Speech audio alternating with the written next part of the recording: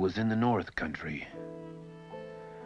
One night in December, 3 of my boys left the trading post.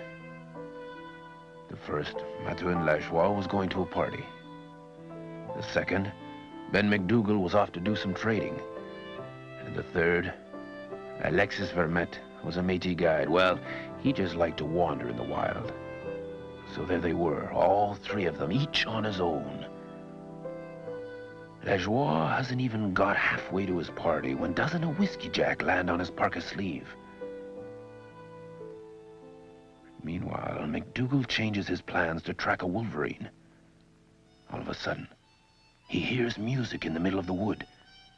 He turns left to see what's happening. Vermette was already following the music. It came from the north, where now they see the northern lights. The 3 men find themselves in the same clearing. Lajoie had his breath taken right away. The other 2 jump as if they'd just woken up. It was clear something very strange was happening. The whiskey jack is still there, and Ben's compass is acting strangely. Then they hear a sort of noise floating over their heads. It's the northern lights up above, surrounding the clearing. That frightens the 2 winterers, but not Vermette. He knew what was happening. He lifts his arm and says, "We'll go that way." Well, the 2 others follow.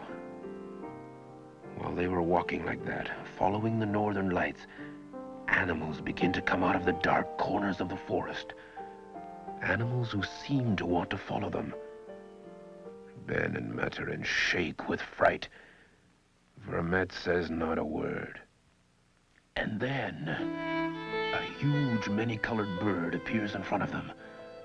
The vision speaks, says something in Cree, and disappears. Only Vermette understands. That Métis, he understands everything. The 3 men keep walking. By this time, the northern lights were directly over their heads. Vermette pushes aside a branch. They had arrived. Before them, a little child with his mother and father.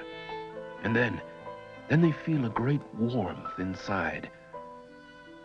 Vermette kneels and offers his pemmican. McDougall offers the wolverine fur from around his hood. And Mathurin, the 1,000-strand ceinture fléchée his mother had made for him. Never tell me that that was a night like any other night.